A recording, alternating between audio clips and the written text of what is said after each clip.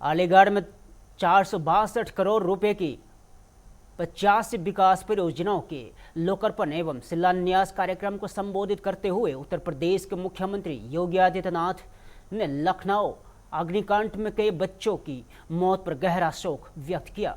उन्होंने अपना कार्यक्रम बीच में ही समाप्त किया और वरिष्ठ अधिकारियों को घटनास्थल पर जाकर रिपोर्ट सौंपने के निर्देश दिए गए और स्थिति का जायजा लेने तथा पीड़ित परिवारों से मिलने के लिए लखनऊ रवाना हो गए। तो और विस्तार से जानेंगे हमारे संवाददाता सैयद जी से। सैयद जी सुन पा रहे? जी सैयद जी बताइए, क्या अभी लखनऊ में जो अभी कोचिंग सेंटर में जो आग लगी है, क्या उसका क्या स्थिति है अभी?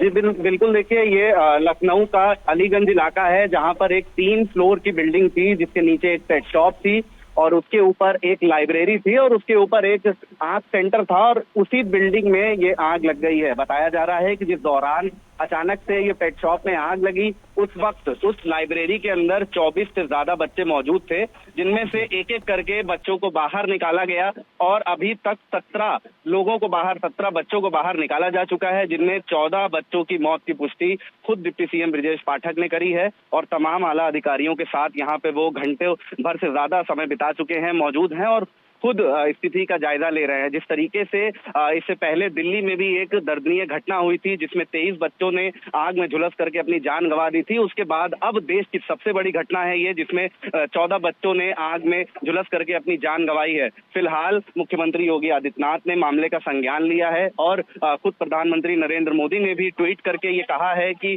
जो मृतक है उनको 2-2 लाख रुपए का मुआवजा दिया जाएगा, साथ ही घायलों को 50-50 हजार रुपए का मुआवजा दिया जाएगा। अभी ये सूचना आ रही है कि मुख्यमंत्री योगी आदित्यनाथ अलीगढ़ में अपने कार्यक्रम को बीच में रोक करके खुद मौके पर पहुंच रहे हैं जायजा लेने के लिए, क्योंकि जिस तरीके की ये घटना है उसने जरूर पूरे उत्तर प्रदेश को ही नहीं, देश को झंझोड़ करके रख दिया है। इससे पहले जब दिल्ली की घटना हुई थी तो उसके बाद तमाम मॉक ड्रिल्स करे गए थे, सिर्फ लखनऊ या उत्तर प्रदेश नहीं, देश के अलग अलग प्रदेशों में मॉक ड्रिल्स करे गए थे और ये जांचा गया था कि जितनी भी खास तौर से जो कोचिंग है उनमें उनका जो संचालन हो रहा है, उनके पास एनओसीज हैं, उनके पास फायर एग्जिट्स हैं और जो मानक है उनके अनुरूप ही वो चल रहा है। लेकिन जिस तरीके की ये घटना हुई है, इसने जरूर प्रशासन के तमाम दावों को फेल बताया है, क्योंकि ये अलीगंज का रिहायशी इलाका है, जहां पर ये एक बिल्डिंग थी, घरों के बीच में ये बिल्डिंग थी और उसके अंदर इस तरीके के कमर्शियल चीजों को चलाया जा रहा था। तो अपने आप में झंझोड़ के रख देने वाली ये घटना है। फिलहाल अभी भी बच्चों को बाहर निकाला जा रहा है और ये आशंका जताई जा रही है कि अभी भी अंदर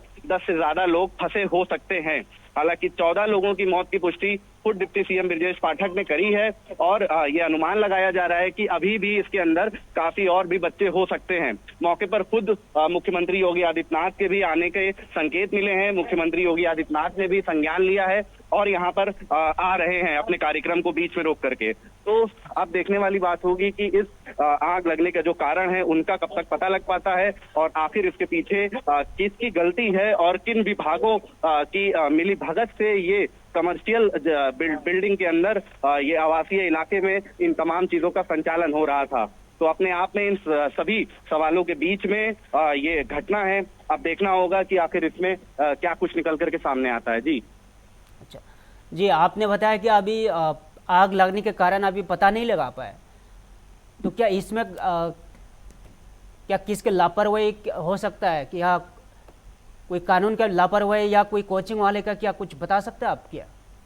बिल्कुल, निश्चित रूप से ये लापरवाही का ही नतीजा है जो आज मासूम बच्चों ने अपनी जान गंवा करके चुकाया है और जो मृतकों की आयु है वो अभी 20 से लेकर के 24 वर्ष के बीच के बच्चे हैं, जिनकी डेड बॉडीज को निकाला गया है। और ये सबसे बड़ी बात है कि आखिर जो इलाका है अलीगंज, जहां पर हजारों लाखों परिवार रहते हैं, उस घरों के बीच में एक बिल्डिंग थी, 4 फ्लोर की बिल्डिंग, जिसके अंदर 3 फ्लोर में कमर्शियल चीजें संचालित हो रही थी। एक में पेट शॉप थी, दूसरे में लाइब्रेरी थी और उसके ऊपर एक अलग शॉप थी। तो इन जगह पर इस तरह से संचालन होना, जबकि प्रशासन ये तमाम दावे कर रहा है कि हमने शहर भर के या उत्तर प्रदेश के अलग सभी जिलों में लगभग जितने भी कोचिंग सेंटर संचालित हो रहे हैं उन जगहों पे मानकों को जाकर के जांचा है, मॉक ड्रिल्स किए हैं, रियलिटी चेक किया है और उसके बाद भी इस तरीके की घटना होना ये जरूर शर्मसार कर रही है उत्तर प्रदेश के प्रशासन को, और इस तमाम जो यहाँ पे लोगों ने ये दावे किए थे कि हाँ सभी मानकों को देखा जा रहा है।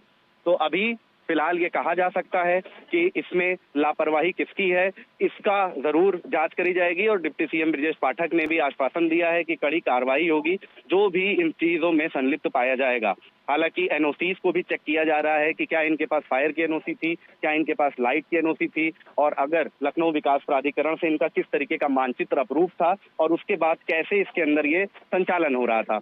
तो इन सवालों के साथ अभी फिलहाल बच्चों को बाहर निकाला जा रहा है, और आशंका जताई जा रही है कि शायद कोई इसमें बचा हुआ निकल सके। फिलहाल अभी 3 लोग गंभीर रूप से झुलसे हुए हैं, घायल हैं, और 14 बच्चों की मौत की पुष्टि हो चुकी है। जी, अब फिलहाल क्या स्थिति कैसा है? स्थिति बद से बदतर है, भयावह है। बच्चों को बाहर निकाला जा रहा है लगातार। डिप्टी सीएम के भी आंखों में आंसू था जिस दौरान उन्होंने ये बात कही कि 14 बच्चों ने दम तोड़ दिया है। तो लोगों को बाहर निकाला जा रहा है। लगभग 2 दर्जन से अधिक फायर की गाड़ियां हैं यहाँ पे, हाइड्रोलिक गाड़ियां हैं, और उसके साथ साथ पुलिस का अमला है, एनडीआरएफ एसडीआरएफ की टीमें हैं, और साथ साथ मेडिकल की भी टीमें हैं। एम्बुलेंसेस को लगाया गया है कि ताकि अगर कोई बच्चा ठीक हो, हाल उसकी बचने की स्थिति में हो, तो उसको हॉस्पिटल तुरंत पहुंचाया जाए। मुख्यमंत्री ने से लेकर के प्रधानमंत्री ने भी ये निर्देश दिए हैं कि सबका उपचार पूरे ठीक तरीके से किया जाए, और जल्द से जल्द उनका तमाम जो है ट्रीटमेंट में उनको लाया जाए। तो इन सब चीजों के बीच में अभी फिलहाल सिर्फ सबसे पहली प्रायोरिटी रखी है प्रशासन ने कि यहाँ से बच्चों को बॉडीज को बाहर निकाला जाए। जी, लगभग अभी फिलहाल लगभग कितने बच्चे और होने की आशंका है? जी देखिए, अभी इस चीज की आधिकारिक पुष्टि नहीं हुई है कि कितने बच्चे अंदर थे, लेकिन ये बताया जा रहा है कि जिस दौरान ये आग लगी उस दौरान अंदर 24 से ज्यादा बच्चे मौजूद थे, क्योंकि लाइब्रेरी थी और लाइब्रेरी के अंदर कंप्यूटर्स रखे हुए थे। उन लैब के ऊपर बच्चे काम कर रहे थे, वहां पे पढ़ने के लिए आ रहे थे, जिनकी उम्र 20 साल से लेकर के 24 साल के बीच में है। और यहाँ पर जिस दौरान आग लगी उस दौरान वो बच्चे मौजूद थे। तो ये अंदाजा बिल्कुल सटीक भी बैठ सकता है कि 24 बच्चों में से अगर 17 को निकाला गया है तो लगभग 7 से 8 बच्चे अभी भी अंदर फंसे हैं। किस तरह की हालत में है, किस तरह की कंडीशन में है, इसका अंदाजा अभी नहीं लगाया जा सकता। लेकिन जिस दौरान आग लगी उस दौरान एक और विजुअल्स आए थे जिसमें एक लड़की थी और एक लड़का था जिसने ऊपर से कूद करके अपनी जान बचाई थी। हालांकि वो गंभीर रूप से घायल हैं, लेकिन जरूर अपनी जान से हाथ नहीं धो बैठे हैं। तो 14 बच्चों की अभी मौत हुई है, और आशंका जताई जा रही है कि अंदर 10 से ज्यादा बच्चे अभी लगभग और फंसे हो सकते हैं। जी, ठीक है। तो फिलहाल के लिए इतना ही है। तो अब मुझे पूरा विश्वास है कि ये जो अभी बचाव कार्य जो चल रहा है वो ज़रूर सक्सेस होगा, सफल होंगे, और जो बच्चे जो आगे जो बच्चे हैं वो उनको भी बचा लिया जाएगा।